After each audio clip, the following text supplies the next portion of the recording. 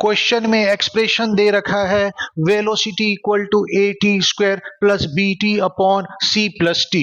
इसकी हेल्प से तुम्हें ए बी सी का डायमेंशन निकालना है और क्वेश्चन में पूछा है ए इंटू बी इंटू सी का डायमेंशन क्या होगा।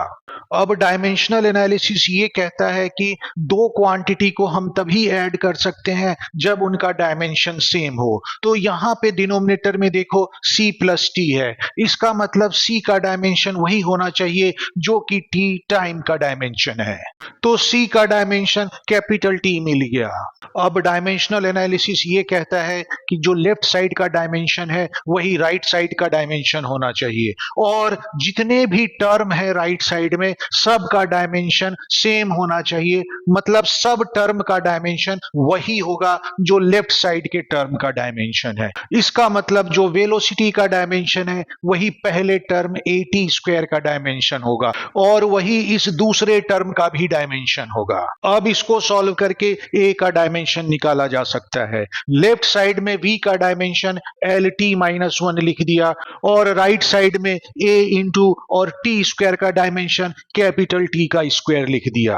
तो a का डायमेंशन हो जाएगा L T minus one divided by T square. तो सॉल्व करने पे a का डायमेंशन आ जाएगा L T to the power minus three.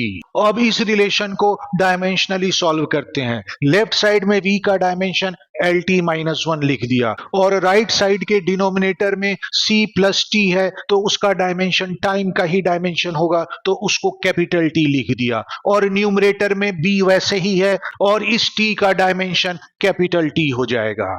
तो ये t और ये t कैंसिल हो गया और b का dimension L T minus one आ गया।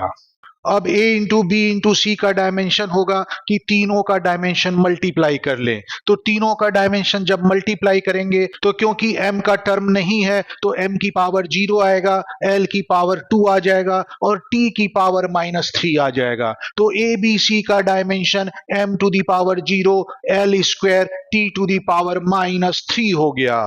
तो 1 इसका करेक्ट ऑप्शन है।